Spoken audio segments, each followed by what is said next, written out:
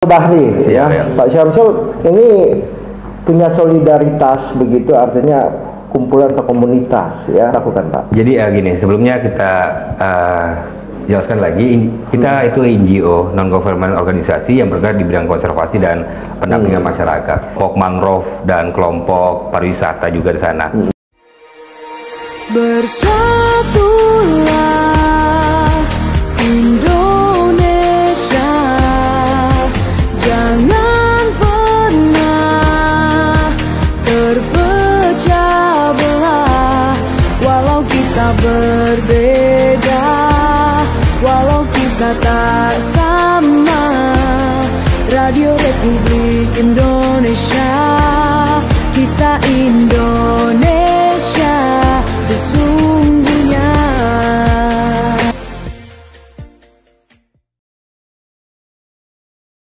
Ini menjadi salah satu indikator bagaimana kemudian pariwisata di Sulawesi Utara ini akan menjadi lebih progresnya ke depan, akan lebih meningkat begitu. Nah, seperti apa kemudian kolaborasi ekowisata di Sulawesi Utara ini?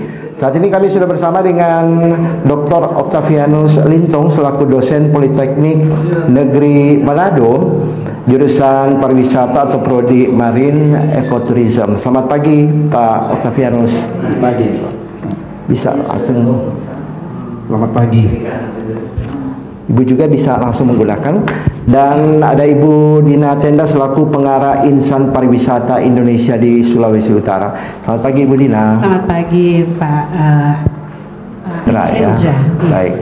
Dan ada juga Syamsul Bahri, Manengkel Solidaritas, Koordinator Program Community Development and Fishers ya. Selamat pagi Pak Syamsul. Selamat pagi Pak Hendra. Baik, kita berbicara tentang kolaborasi ekowisata di Sulawesi Utara. Tentu ini akan menjadi salah satu progres yang baik untuk kita, karena pariwisata salah satu penunjang sektor ekonomi di daerah ya, dan ini akan berdampak pada berbagai sektor lainnya seperti UMKM dan juga pertumbuhan-pertumbuhan ekonomi.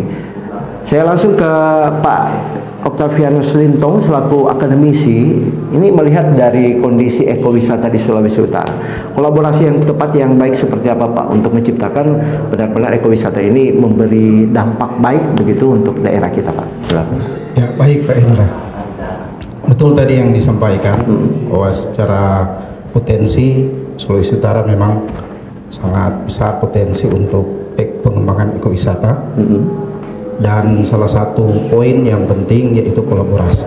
Secara teori memang ada yang disebut dengan KRI, kolaborasi, regulasi, dan integrasi. Sekarang juga berkembang menjadi KR2I, kolaborasi, regulasi, integrasi, dan integritas. Nah, memang di Sulawesi Utara kita memang masih perlu mengembangkan kolaborasi, terutama pemerintah, masyarakat, dan NGO yang bergerak di bidang konservasi.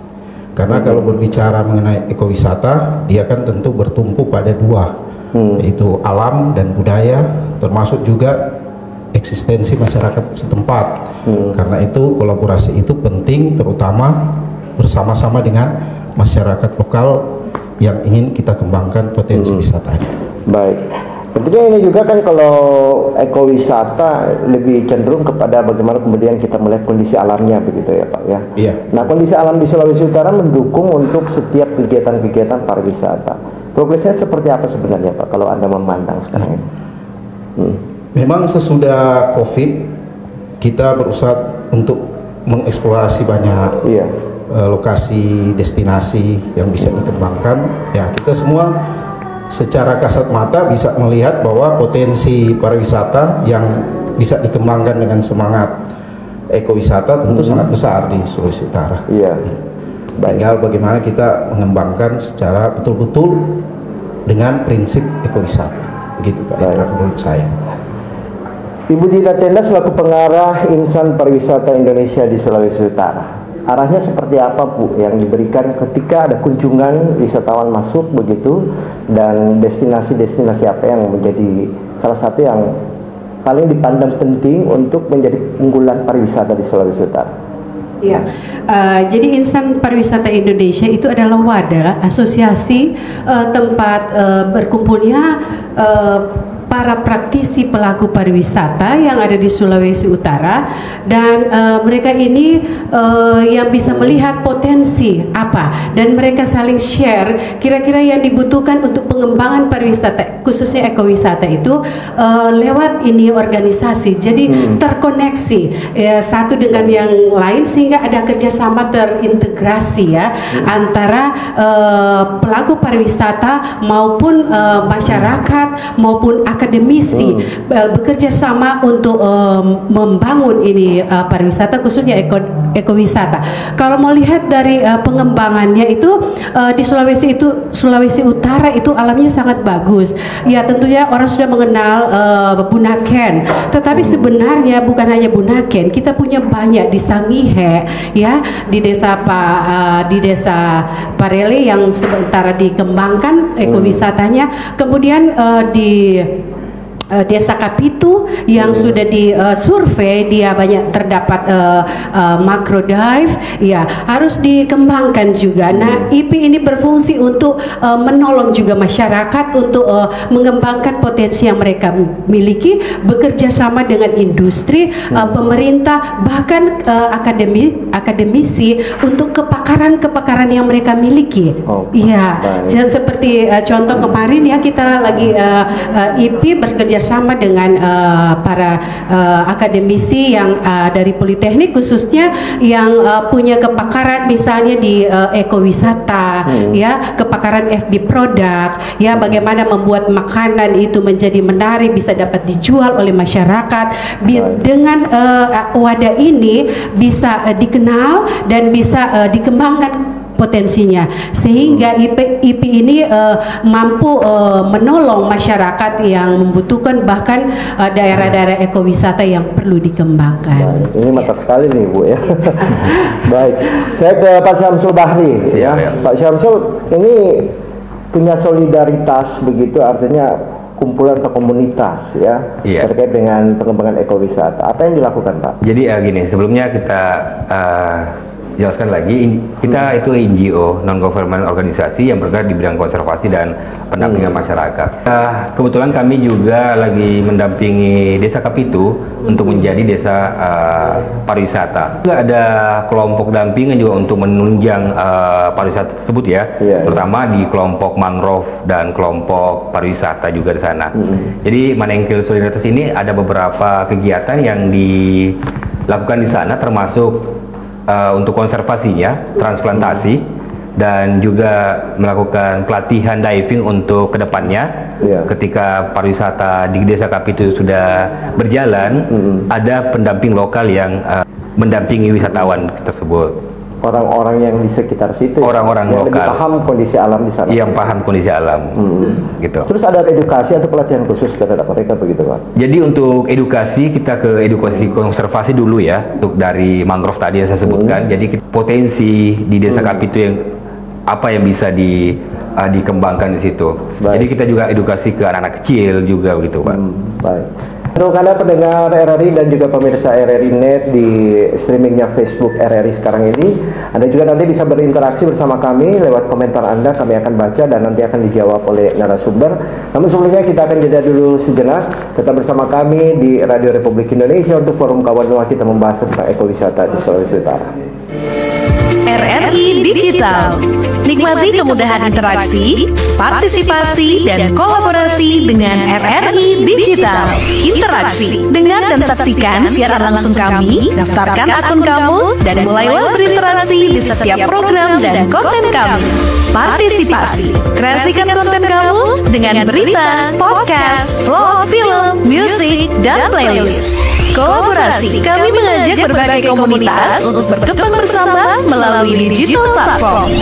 RRI Digital sekarang menghadirkan terobosan baru, workspace platform dan online learning platform dengan fasilitas-fasilitas unggulan, monitor impact dan outcome, meeting online, video conference, dan library. RRI Digital menghadirkan fitur-fitur untuk peningkatan interaksi, partisipasi, kolaborasi, workspace, dan learning. Yuk segera download RRI Digital.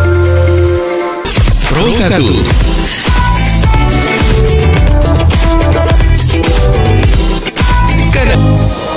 Anda bisa bergabung bersama kami lewat komentar, dan mohon maaf apabila mungkin Anda akan bergabung lewat telepon.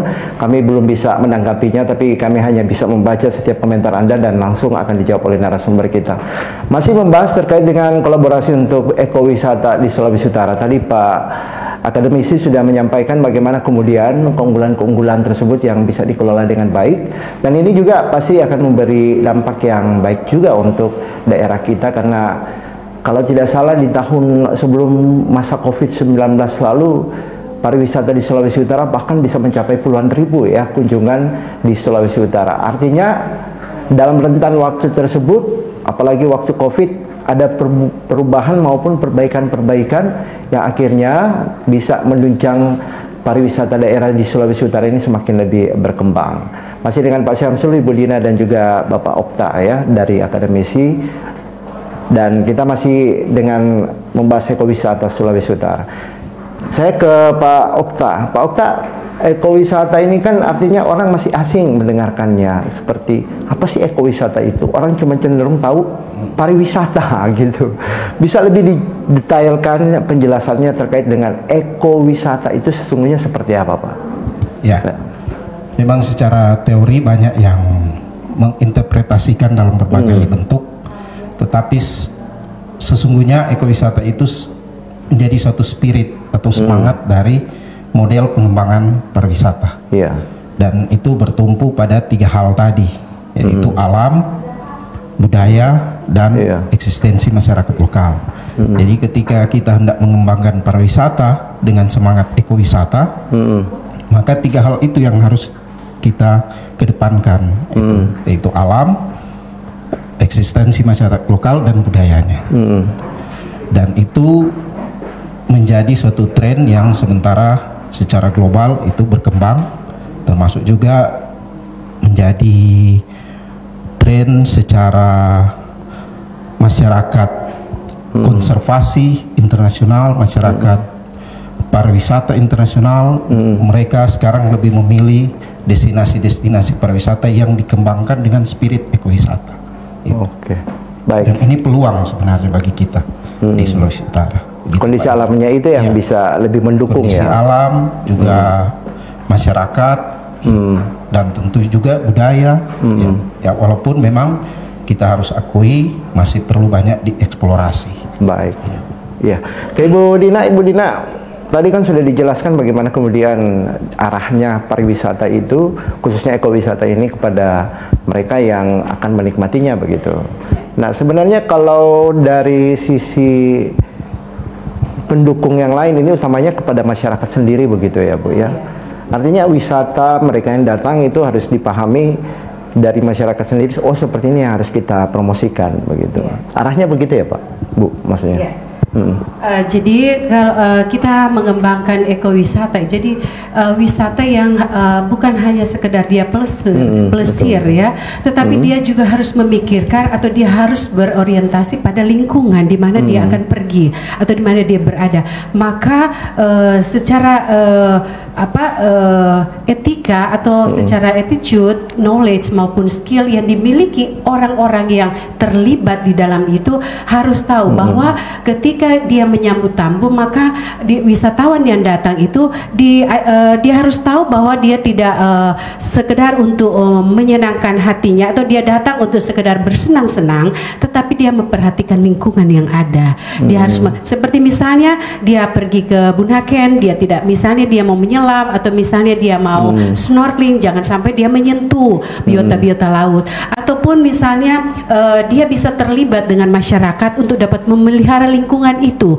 Nah, potensi ini sangat besar bagi wisatawan yang akan datang di Sulawesi Utara. Sudah lama ya Bunaken dikenal. Setelah dibuka juga penerbangan langsung direct fly beberapa tahun yang lalu sebelum COVID, bahkan ini rencana ke depan akan dibuka.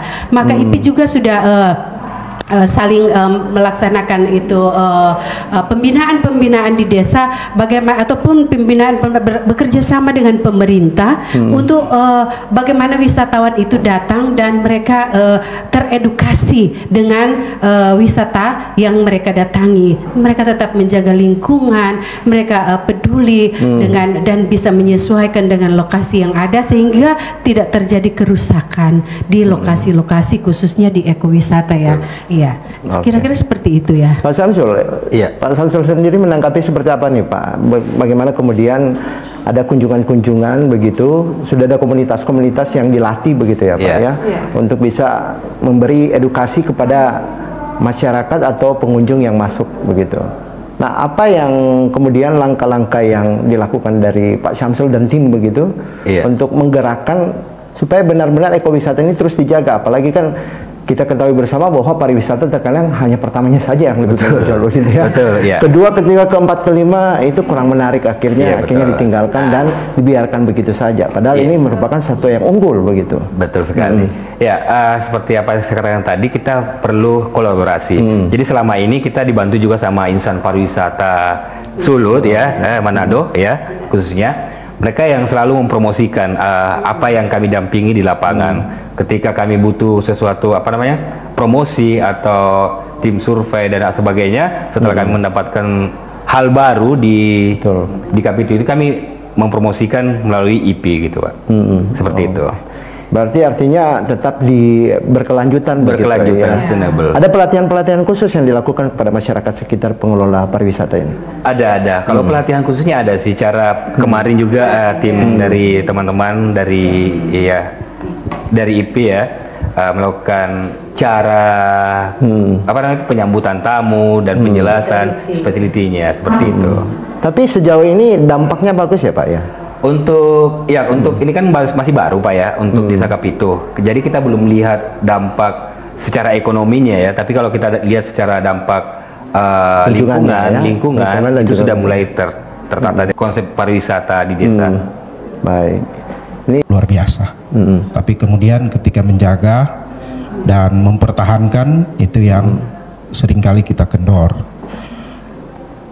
Ada suatu riset yang pernah kita kembangkan mengapa terjadi seperti itu dalam 10 tahun terakhir. Itu karena kita tidak mengembangkan dari akar. Itu dari akarnya. Betul tadi seperti yang di Bali. Di Bali mengapa dia berkembang seperti itu? Karena akarnya adalah budaya. Ketika kita mau mengembangkan suatu destinasi, masyarakat di situ sebenarnya mempertahankan budayanya, termasuk alamnya, sehingga ketika dikembangkan tidak bisa mengganggu budaya. Dan itu akan berkelanjutan, sustainable. Gitu. Dan bersyukur memang harus ada yang menginisiasi untuk kolaborasi itu. Orang lokal iya, lebih khusus orang ya? lokal, ada organisasi. Nah, bersyukur ada IP yang 1-2 tahun terakhir ini mulai menginisiasi itu, karena memang harus ada. Kalau hanya pemerintah, ya kita jujur saja, pemerintah bangun di satu tempat, habis itu dibiarkan, karena siapa yang mau rawat, itu kan, dananya dari mana? Tetap berharap dari pemerintah juga, gitu. Padahal pemerintah juga kan terbatas. Nah, itu yang perlu kita ubah. Dan bersyukur ada IP, ada Manengkel, solidaritas yang mulai menginisiasi itu, karena kolaborasi itu harus ada yang menginisiasi. Kalau tidak ada juga yang menginisiasi, hanya menjadi slogan itu kolaborasi. Itu jadi saya setuju tadi. Dan marilah kita mulai kembangkan sebenarnya. Ibu silakan ditanggapi bagaimana kemudian ini ternyata kearifan lokal kita lebih diperkuat budaya itu sebenarnya yang dikatakan oleh Pak Okta tadi, dan menjawab dari apa yang disampaikan oleh pendengar kami lewat komentar di Facebook. Iya, memang membangun sebuah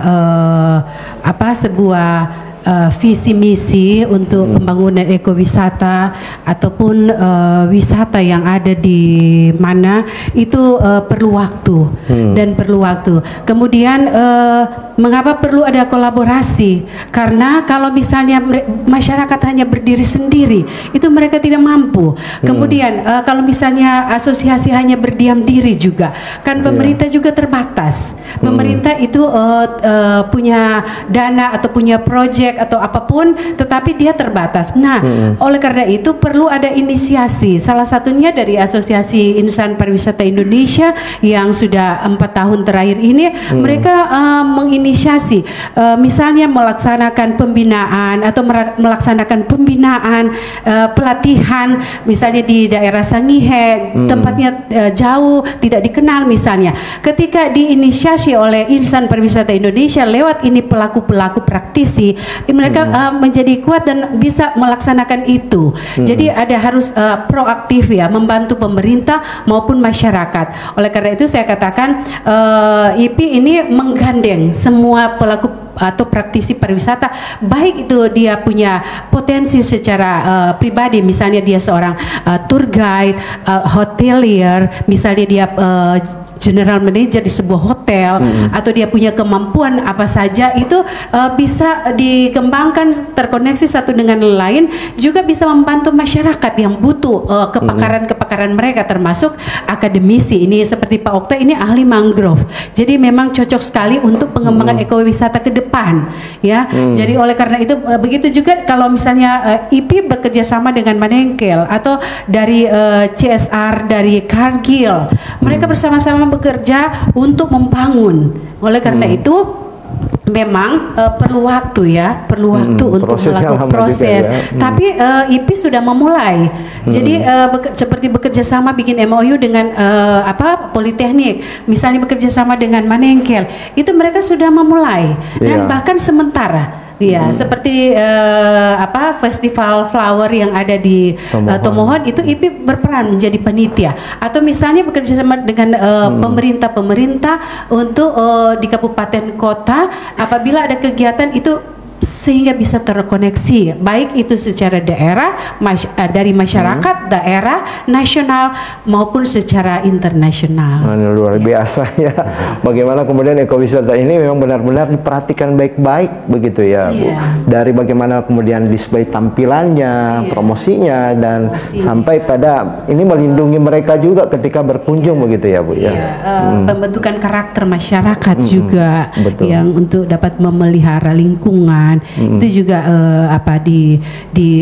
sangat dilatih kepada masyarakat yang membutuhkan itu. Tapi kalau kita kembali dengan tadi yang menjadi pertanyaannya begitu ya, kita melihat pada kondisi daerah lain seperti Bali begitu, yang sebenarnya mereka di sana lebih kelihatan sekali bagaimana cara kerja meningkatkan untuk ekowisata, bahkan pariwisata di daerah mereka.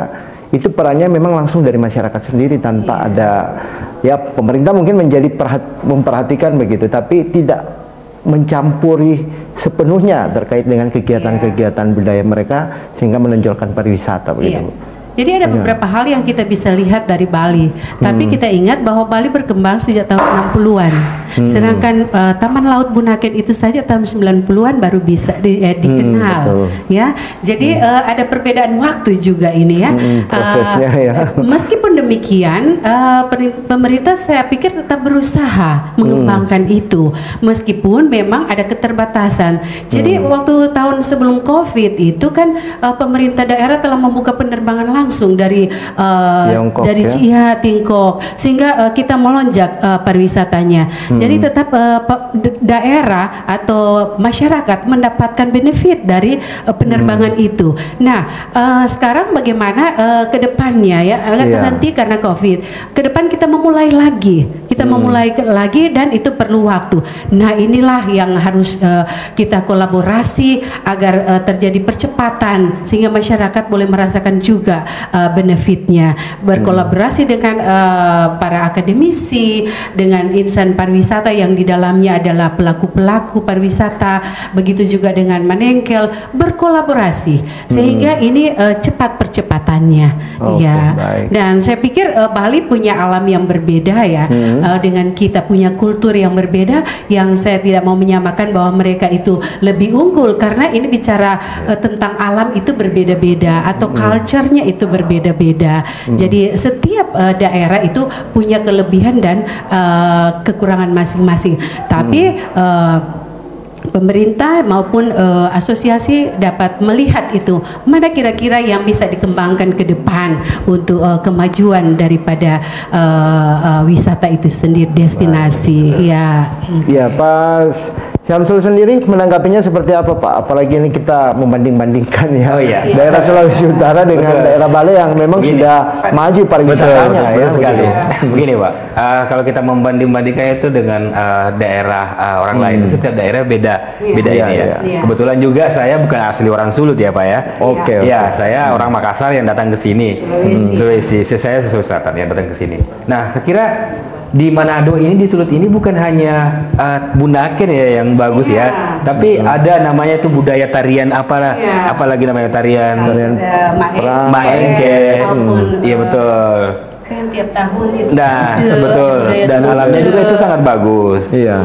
Pasar es krim juga saya kira itu tempat wisata ya, tidak ada di daerah lain. Nah, saya kira itu.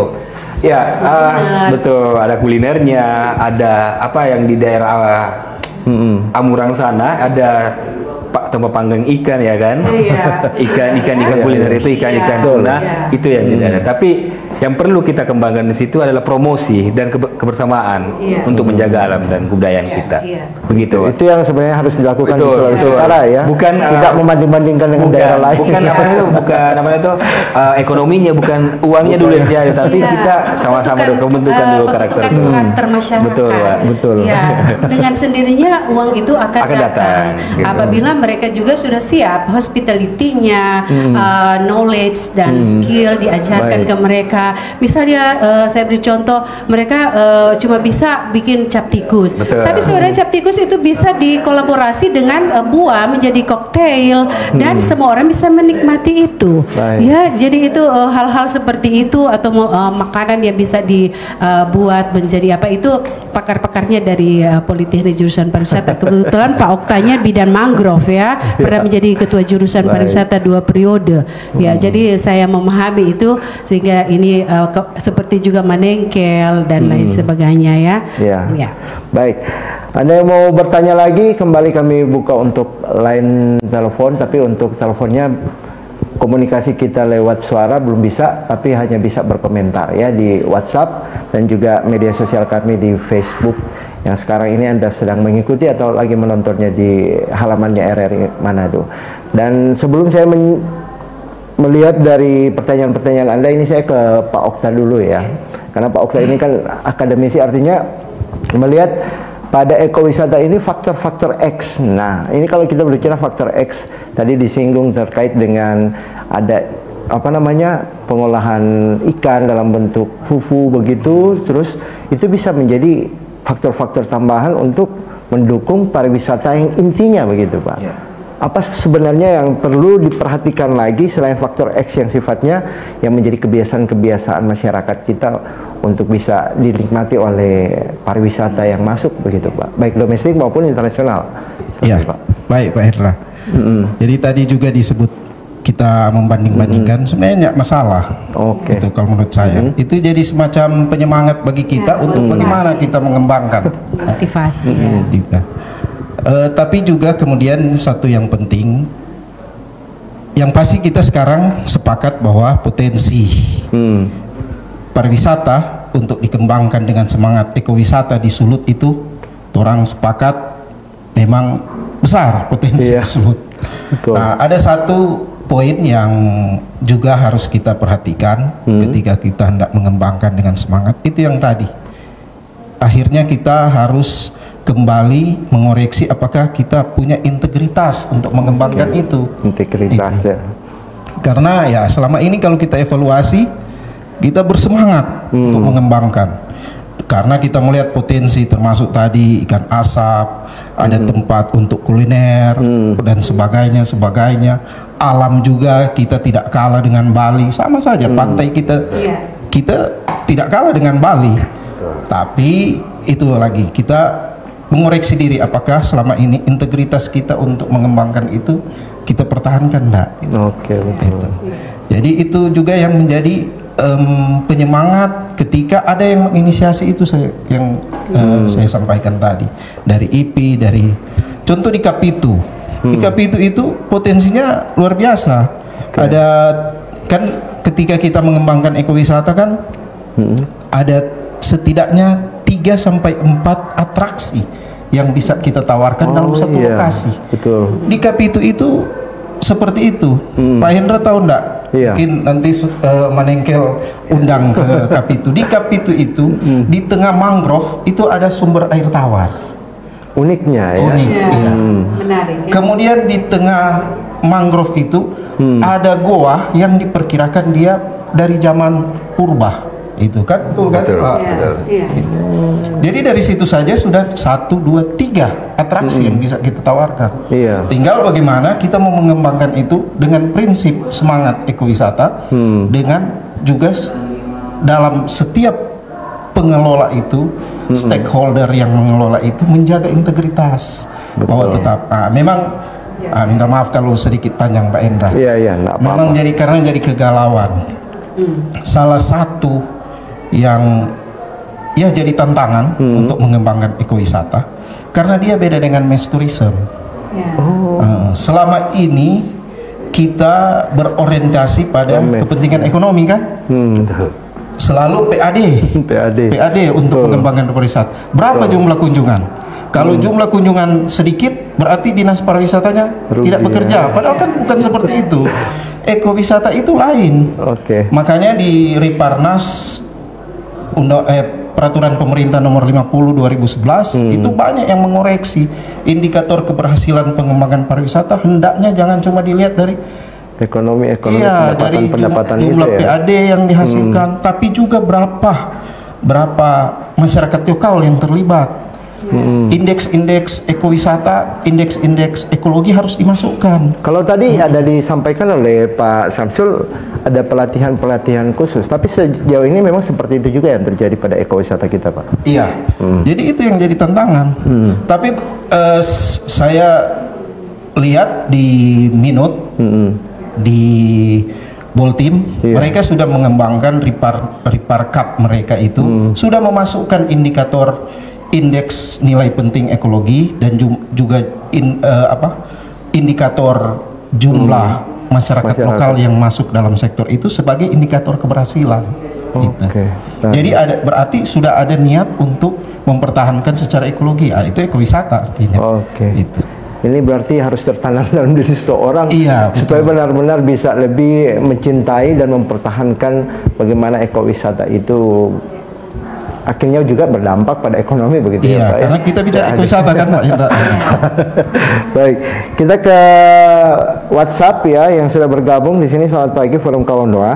Menarik sekali materi dialog kali ini, mengingat daerah kita Sulawesi Utara merupakan salah satu destinasi wisata prioritas di Indonesia. Yang ingin saya tanyakan katanya adalah bagaimana para pelaku wisata maupun pengelola kawasan wisata bisa ikut memberdayakan masyarakat sekitar tempat wisata agar bisa mendatangkan benefit juga yang menguntungkan kedua pihak ya. Itu yang menjadi pertanyaan yang pertama untuk sesi ini. Dan selanjutnya ini ada yang bergabung lagi. Selamat pagi Forum Kawanua. Untuk mengembangkan pariwisata kan harus ada pembangunan mulai dari infrastruktur dan lain-lain. Bagaimana caranya untuk agar pembangunan tetap berjalan tapi tidak merusak lingkungan? Bagaimana kemudian agar masyarakat daerah turut juga merasakan dampak dari ekowisata? Apalagi kalau investor yang masuk adalah investor luar.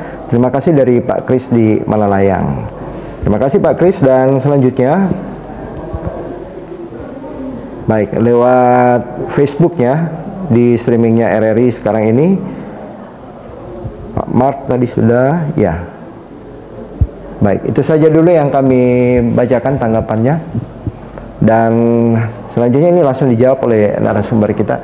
Saya ke Ibu Lina dulu. Tadi sudah disampaikan ya untuk bagaimana kemudian masyarakat yang ada di sekitar itu memang merasakan dampaknya dan tetap mempertahankan seperti yang disampaikan oleh Pak Okta tadi, juga Pak Syamsul. Ya. Dari kedua penanya ini, ketertarikan untuk bagaimana pada pembangunan, apakah ini juga salah satu mendukung atau belum mendukung sekarang ini untuk di Sulawesi Utara? Kalau pembangunan itu kan adalah tugas dari pemerintah. Sebelum dilaksanakan pembangunan, dia harus ada kajian. Apakah bisa atau tidak ya. Tapi kalau memang masyarakat yang berada di situ untuk suatu destinasi ya, destinasi di mana saja akan dikunjungi oleh wisatawan, maka memang perlu melibatkan masyarakat. Jadi wisata yang berbasis masyarakat. Masyarakat itu terlibat dalam UMKM-nya, menjadi tour guide-nya, atau dia menjual apa potensi yang dia miliki untuk dapat dibeli, sehingga masyarakat boleh merasakan benefitnya. Jadi masyarakat itu tidak boleh hanya jadi penonton di tempat itu. Dia harus bersama membangun daerahnya, membangun desanya untuk mereka secara berkelanjutan untuk anak cucu, sambil mereka menjaga lingkungan itu jangan sampai rusak atau tetap mempertahankan sehingga destinasi itu atau ekowisata itu kan berbasis lingkungan juga. Tidak karena mereka adalah masyarakat setempat, mereka akan berusaha akan menjaga. Mereka yang mengerti, memahami karakter atau apa saja yang harus mereka lakukan sehingga destinasi itu dapat dipertahankan. Jadi misalnya dia punya destinasi, terus yang datang orang luar, mana mereka tahu kondisi yang ada di situ. Oleh karena itu harus melibatkan masyarakat, sehingga masyarakat yang akan mendapatkan benefit, sehingga pariwisata itu juga akan sustainable, akan berkelanjutan sampai anak cucu. Itu yang ekowisata. Yang saya pikir kalau soal pembangunan secara fisik atau pembangunan proyek pariwisata di satu destinasi, itu tentunya lewat kajian tentu saja pemerintah dengan para ahli ya, khususnya akademisi. Nah, kalau masyarakat dia harus terlibat langsung, baik pembangunan fisik dia terlibat untuk pembangunannya, buruh bangunannya, sampai menjadi tour guide, lokal tour guide, UMKM, bagaimana mereka yang akan menciptakan suasana atmosfer yang dapat mengembangkan potensi mereka. Baik. Pak Syamsul sendiri, Pak, bagaimana pembangunannya ini ekowisata yang ada di lokasi-lokasi atau destinasi pariwisata kita? Dan ya kalau saya sendiri lebih ke lingkungannya ya Pak. Betul. Ya. Pariwisata artinya kan banyak kunjungannya begitu. Orang-orangnya juga berbeda-beda dalam pemikiran. Ada yang melestarikan juga ketika dia berkunjung, misalnya tidak melakukan pengerusakan begitu.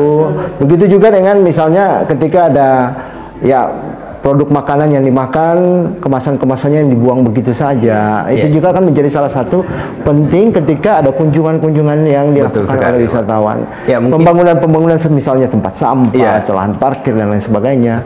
Apakah itu sudah mendukung sekarang ini di Sulawesi Utara, Pak? Iya, kalau untuk di Sulawesi Utara sendiri, ya kita sayangkan ya, maksudnya gini, ketika wisatawan domestik atau wisatawan yang datang dari luar, datang ke Manado sini, ketika mengunjungi lokasi wisata masih banyak yang buang sampah, Pak. Oh iya, kenyataannya begitu ya, Pak. Itu. Jadi ketika mereka kunjungi suatu tempat, sampah, plastik, cemilan dan sebagainya ditinggalkan. Ada beberapa lokasi yang saya sebutkan. Jadi kami sekarang untuk saat ini Manengkel Solidaritas kerjasama dengan CSR PT Kargil, kita lagi membangun wisata konservasi intinya begitu.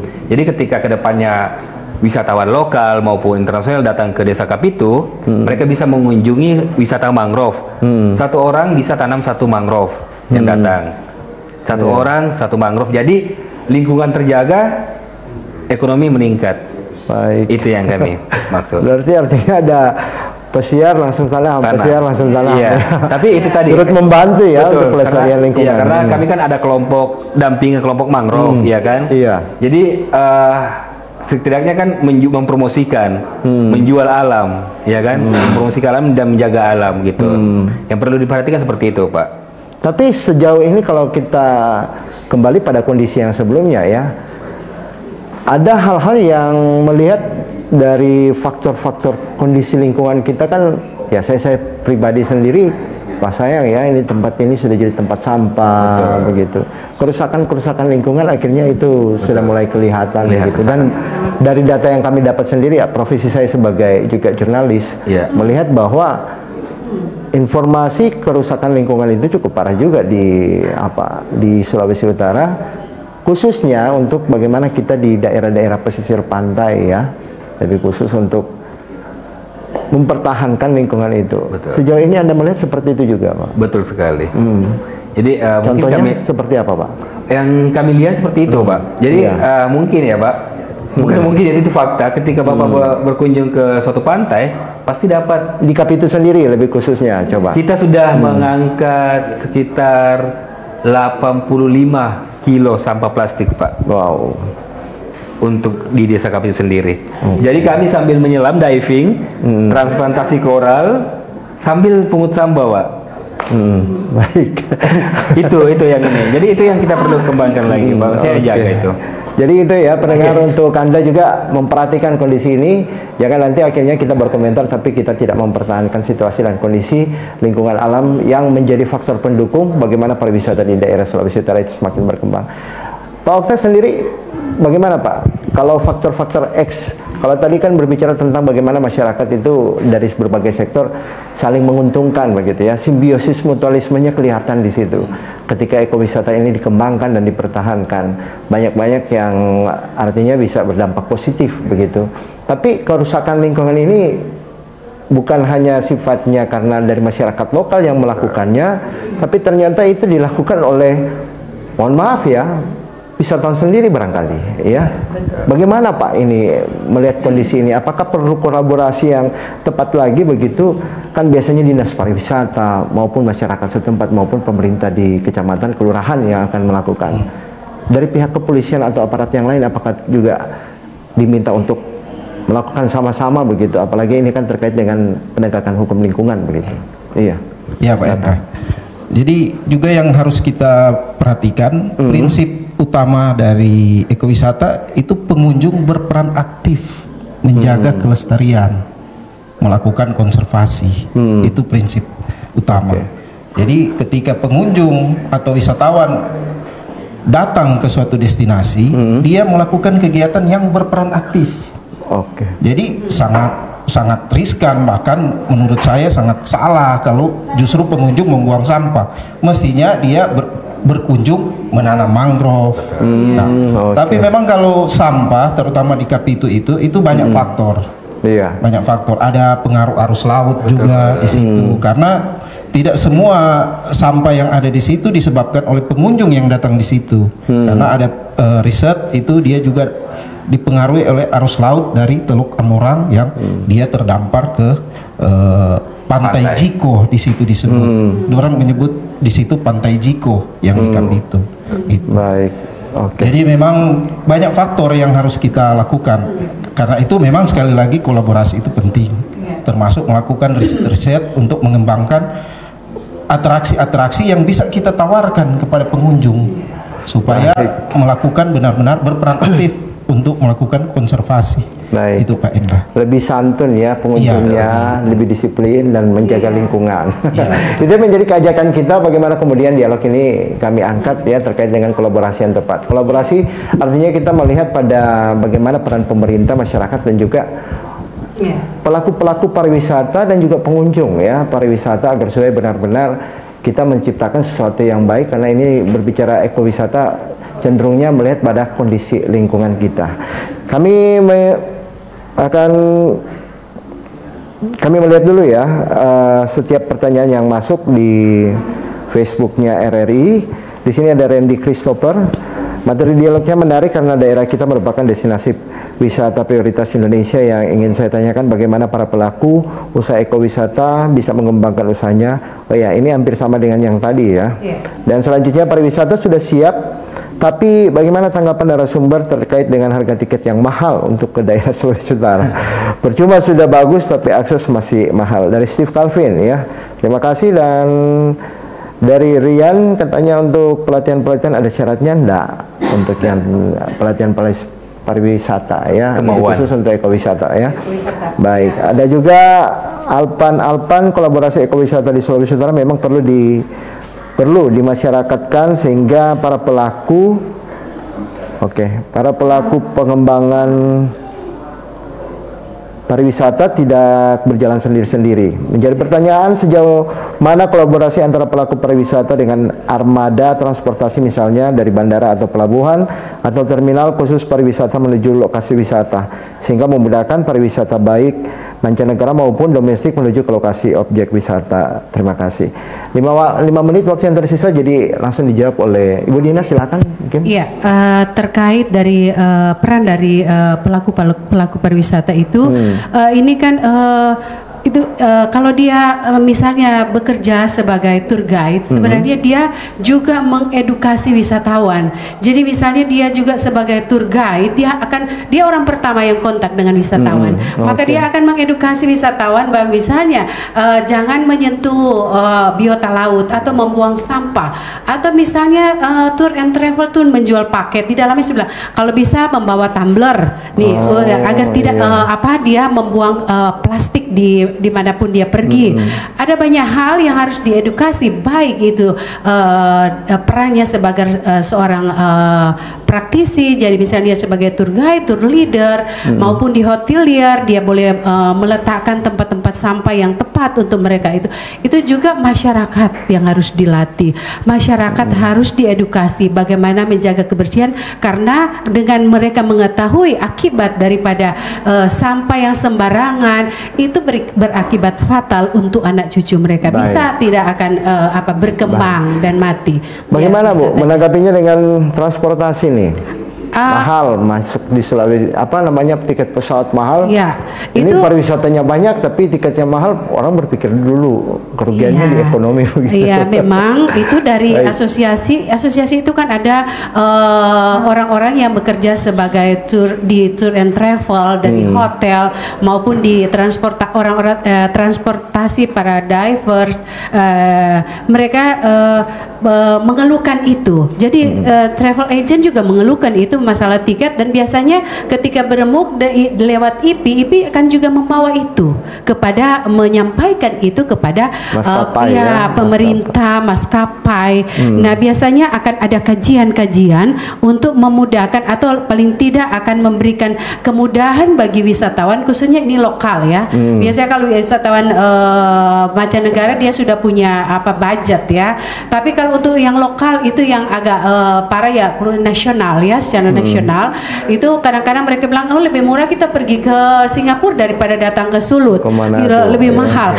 Oleh karena itu keluhan-keluhan daripada travel agent maupun mereka yang ingin berkunjung itu biasanya didiskusikan di asosiasi dan akan dibawa. IP akan membawa itu ke penerbangan lewat juga orang penerbangan itu masuklah di dalam asosiasi kita.